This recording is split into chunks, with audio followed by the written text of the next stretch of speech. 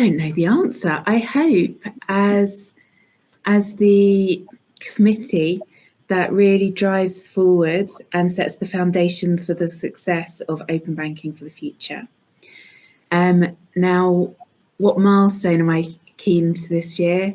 I'm going to repeat what I've already said. It's got to be, I think, the future entity, because I think once that's up and running and that the plans are progressing, then that will be the centre of the open banking ecosystem for the future. And then when we have other industries and other data sets docking into it, I think it will hopefully set the foundations for success. I like Jane, I would like JROC to be remembered as the really, helpful guiding hand in getting us to the right place for a sustainable future for open banking. That's not easy, right? Because, sometimes we get feedback that we go too fast and people need more time. Sometimes we get feedback that we go too slow. Sometimes we get feedback that, we're not thinking about everything in the right order or in the right way. But, somebody somewhere has got to lead this, and it's difficult. And JROC has stepped into that breach. And so it's a really important role, and one that we are joined together with a commitment to make that work. So hopefully history will remember that it wasn't easy, but that we got to a sustainable future. In terms of what I want this year, it's got to be VRP. And I'm just going to re-emphasize exactly what Kat and Stephen said earlier about VRP. If this year we can enable businesses to have a new way of taking payments, a new way that I think it was Kat that said, they've not had that for 20, 30, 40 years.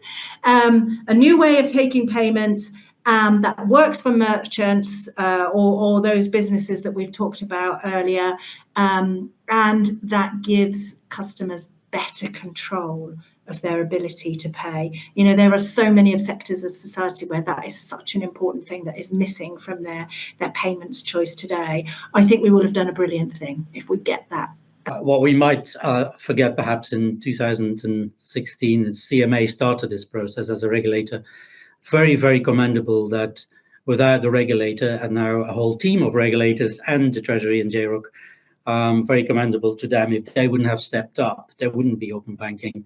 There wouldn't be better outcomes for consumers and SMEs and citizens. So again, JROC stepping up, that is for me the second kind of moment in history, I think, in open banking and anything open going forward. And particularly you've got all the government and the three regulators there to go to the next level and everything open. So that's very commendable, and that's how I will remember it. In terms of my wish list for this year, and particularly the milestone, I'm probably going to focus on, I think I'm not going to reiterate VRP because I think that's a very exciting prospect.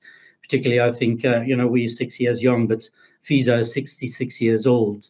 And that's how a new payment scheme was born at then. But that's we're talking only about a young industry now. But the one I would like to call out is particularly the continued collaboration in the ecosystem to get to a new sustainable funding and governance model, that we have that in place to agree and to get progress on non-order work, so that we don't talk about order and non-order anymore. We don't talk about the CMA 9 anymore. We just have an open conversation with the entire industry, and we get on with it. That would be my immediate wish under the Christmas tree. Thank you.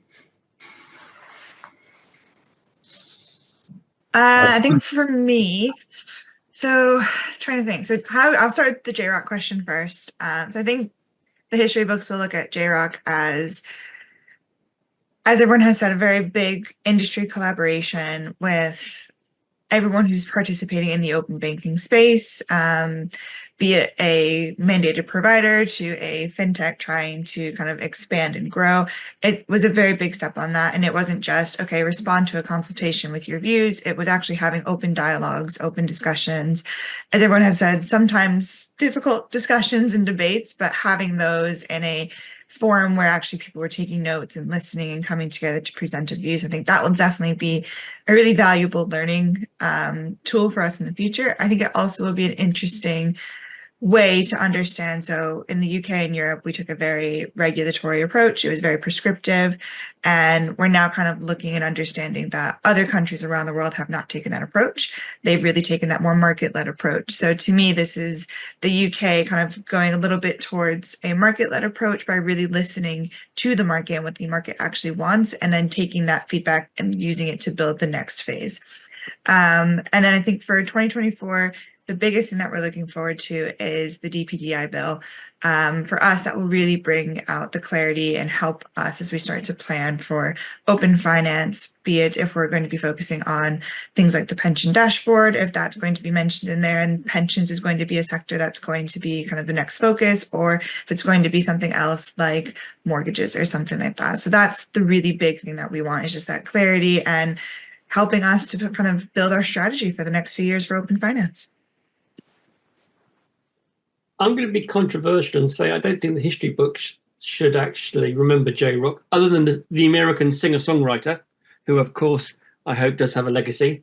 I think what should be remembered is really the advent of a kind of sustainable and secure data sharing economy in the UK, and how that drives innovation and growth and kind of benefits to consumers and businesses.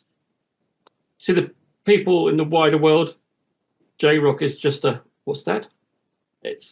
We tend to live in a bubble. I think in terms of, people have mentioned many of the things I would say are key milestones for next year, but I'm going to add a further one.